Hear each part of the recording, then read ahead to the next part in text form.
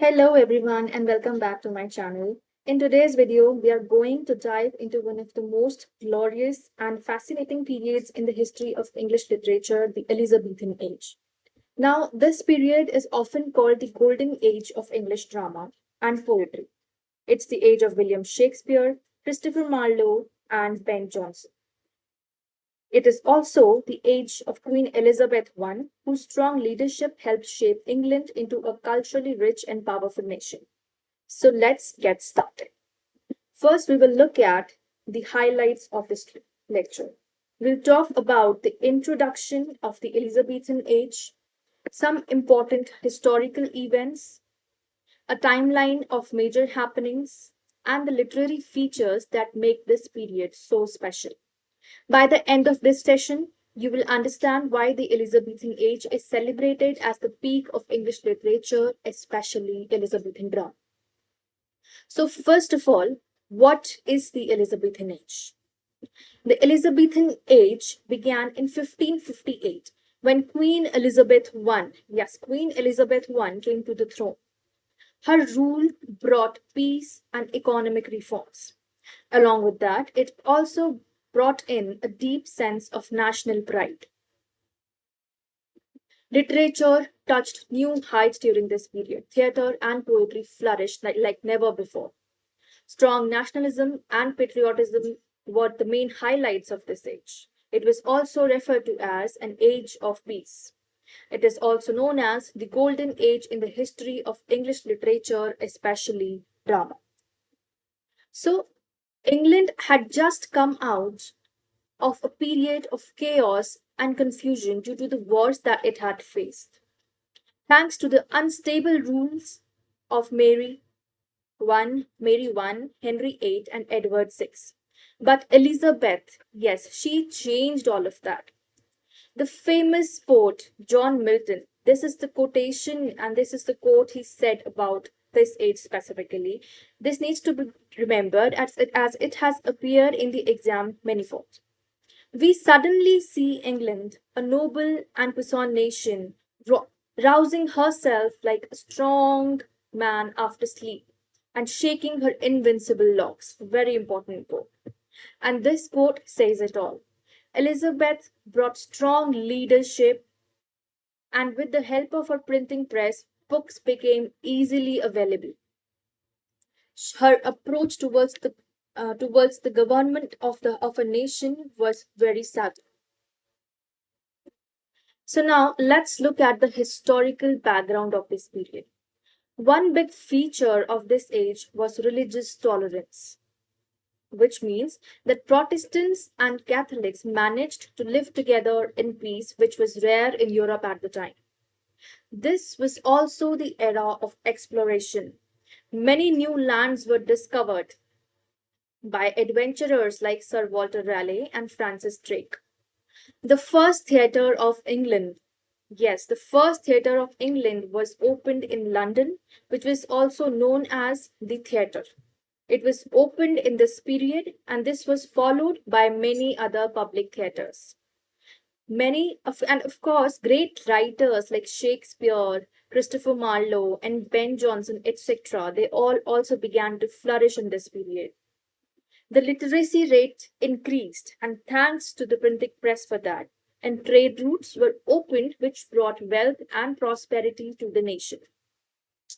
So now, let's move forward and look at some key events in order. In 1558, Elizabeth I, the daughter of Henry VIII, became the Queen of Britain. In 1564, William Shakespeare was born.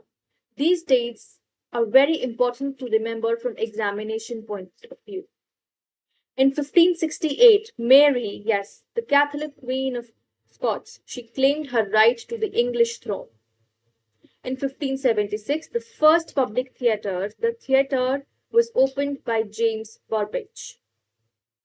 In 1588, the Spanish Armada, a naval attack against England, was defeated by Queen Elizabeth I. In 1592, a plague outbreak led to the closing of all the theatres in London. Now, let's go a bit beyond Elizabeth's death to cover a few more important events. In 1600, East India Company was founded. In 1603, Queen Elizabeth I died and her brother James VI of Scotland became the ruler of Britain. In 1605, the infamous gunpowder plot was carried out by Guy Fawkes. He tried to blow up the parliament. In 1611, the King James Bible. It was the first authorized version of the Bible and was published. In 1616, William Shakespeare died. So now, let's talk about the literary achievements of the age, and this is where it gets really interesting. Literature explored deep human emotions and psychological complexity. Writers took inspiration from Greek and Roman texts. Dramatists started blending tragedy, comedy, and history, leading to new genres like the tragicomedy. The use of rich poetic language, wordplay, and metaphors made the writings very beautiful. The sonnet form reached its peak with poets like Philip Sidney and Edmund Spenser. Prose writing also flourished, especially like essays, pamphlets, and travel literature. So now, moving forward, we'll look at some important events and literary terms from this time. First one is the Spanish Armada. This happened in 1588. It was a naval conflict between Spain and England. The Catholic king, Philip II of Spain, wanted to restore Catholicism. Yes, he wanted to restore Catholicism in England and considered Elizabeth to be an illegitimate ruler. But his navy was defeated by the English. The next we have is Senecan tragedy, also called the tragedy of blood. These were revenge plays written in blank verse with themes like revenge, suicide, blood, passion, and supernatural elements. The examples of such tragedies are Thyestes, Phaedra, Medea, and Oedipus. Then we have domestic tragedy. These plays dealt with the lives of ordinary middle class people like Arden of Faversham and the Witch of Edmonton. Now, here are a few more literary terms you should know. First is sonnet. A sonnet is a poem of 14 lines and it is often about love or philosophical ideas. Blank verse is unrhymed iambic pentameter. It was first used by Henry Howard, the Earl of Surrey, and it became the most popular verse form of Elizabethan drama. Masque is a form of courtly entertainment that combines poetry, music, and dance. Performers wore masks and costumes, and usually all characters were of the same gender. So, students, that was a complete view of the Elizabethan Age Part 1.